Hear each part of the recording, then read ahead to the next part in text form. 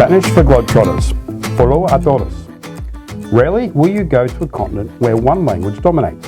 However, you get this when you visit South America and/or Central America, where Spanish is the main language. The exception, of course, to the region is Brazil, where it is Portuguese. But even then, having some Spanish should see you survive linguistically in Brazil. I learnt my Spanish, albeit it is very rough now, when guiding in Central and South America. I know firsthand from my time on the road dealing with police, military, and border officials how important and respectful it is to have some basic Spanish when visiting South or Central America. But rather than me, a non-native Spanish speaker, advise you on how to speak Spanish, I have here with me a good friend and work colleague, Paola. Paola has been with Goway for many years. How many years? 5. 5 years. And has worked in our operations department, was a destination expert in our Latin team, and is now one of our reservations manager. And if all that wasn't impressive enough, she also worked for a Galapagos cruise company in Ecuador, and she is, ta-da, Ecuadorian. So, Paola, am I correct in saying some basic Spanish will go a long way anywhere in Central or South America? Yes. Yes. The more words you know, the better. There you go. Let's give our listening public some key and important words and phrases so they can find the bathroom, order more wine or beer, and generally have a chat with a local. Listo? Ready. Lista. And that listo, male, female, and that means okay. An important thing to note for the most part that is Spanish is pronounced phonetically. Is that correct? Yes, it is. Yes, okay. And it is spelt with the Latin alphabet. As in any language, there are exceptions to the rule. So if a word begins with H, the H is dropped from the pronunciation. So for example, yellow, which means ice, we won't pronounce the H and we will say yellow. If a word begins with a G, the G is dropped from the pronunciation as well. So for example, in Guayaquil, the city in Ecuador, you don't pronounce the G and you just pronounce Y, Aquil. But you also said that sometimes the G is pronounced, or it's a very soft G. For us in Spanish, the G is G. So we do pronounce it, but when you try to explain it to an English native speaker, you drop it. The best way to say is you drop it, okay? Mm-hmm. Another example is with the two L's together, double L. It is a J sound. So for example, Ollantaytambo, which is a city in Peru, you spell it with two L's, but you don't pronounce it as L, you pronounce it as J, Ollantaytambo. You make it a little bit strong. Strong. And also some countries in the area will have even softer, like a yes sound. I've always pronounced it Ollantaytambo versus Ollantaytambo. Yeah, I mean, you don't have to force it because we don't really force it, but to explain it, yes, you have to make it strong, like a J. And of course, one of the most famous words for that would be llama in English, which is actually llama. Llama, yeah. Hello. Okay, let's start with probably the most important and most used phrase when in Latin America. Where is the bathroom, please? ¿Dónde está el baño, por favor? Por favor, very important, por favor. How's your English? Por favor. Your English? Your English. Mi Spanish. Equally important and used is one more beer, please. Una cerveza más, por favor. There you go. Wine is very big, particularly in Chile and Argentina. So one more red wine and one more white wine. Una copa más de vino rojo o una copa más de vino blanco. Perfecto. I say it wrong. It's not rojo. It's actually tinto. Roll sound. Rolling sound production. Take 2. One more glass of red wine and one more glass of white wine. Una copa más de vino tinto for red wine and una copa más de vino blanco for white wine.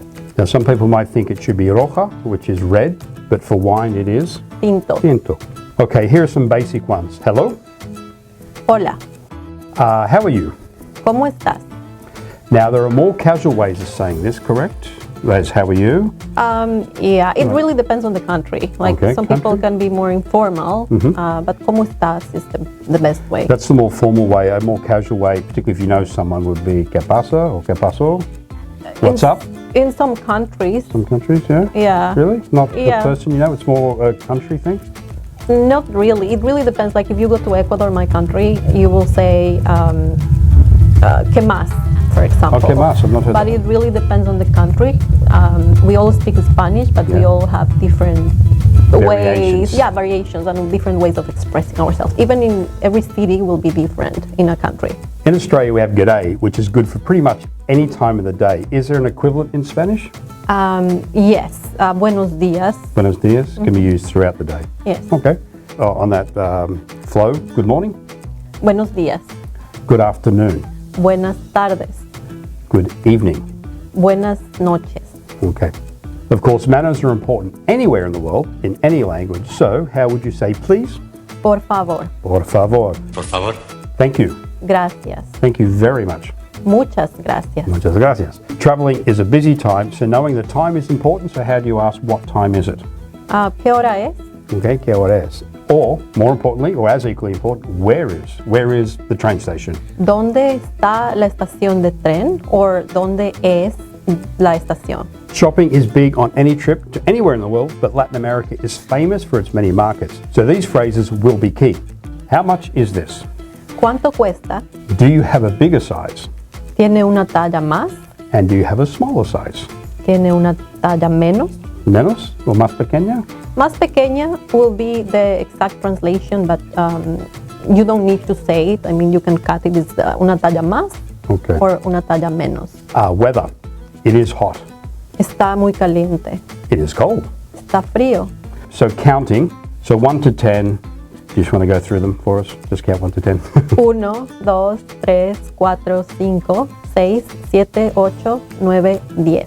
Now from 11 to 15, they're different numbers, as in different structure. It's 11, 12, 13, 14, 15. Now from 16 to 20, it is. 10 y 6, So that's like 10 and 6. 17, 10 and 7, 10 and 8. 19. And then you get to 20, which is 20. And then it's the same construct as 20 and 1, 20 and 2. 21, 22. Yeah, without the and in there. So if you learn your 1 to 10s and then 10, 20, 30, 40s, 50s and into the hundreds and even thousands, as we had to back in the day when currencies were, in Ecuador particularly, were in the hundreds of thousands back in the Sucre day. Sucre day. If you have those basics, it's literally just getting your 10s, 20s, 30s and the 1s and 2 and 3 and so on as you go forward. Here are a few important ones if you are doing a self-drive in Costa Rica or Patagonia or anywhere in Spanish-speaking Latin America. You may be stopped by the police, nothing to fear, just comment and ask, where are you coming from? ¿De dónde viene? Where are you going to? ¿A dónde vas? While in most circumstances English is used in all main tourist areas, by trying to master some or all of these words and or expressions, it will be very much appreciated by the many locals you will interact with. Even your guides will appreciate it, and they will even help you with your pronunciations. Even if you butcher the pronunciation, the fact you are trying is what is appreciated. So on that, I'd like to thank Paola, muchísimas gracias, and I'll leave it to her to say goodbye to all of our Globetrotters out there. Ciao. Muy simple. See you, everyone. You're doing what you should do. You're speaking fluently and quickly.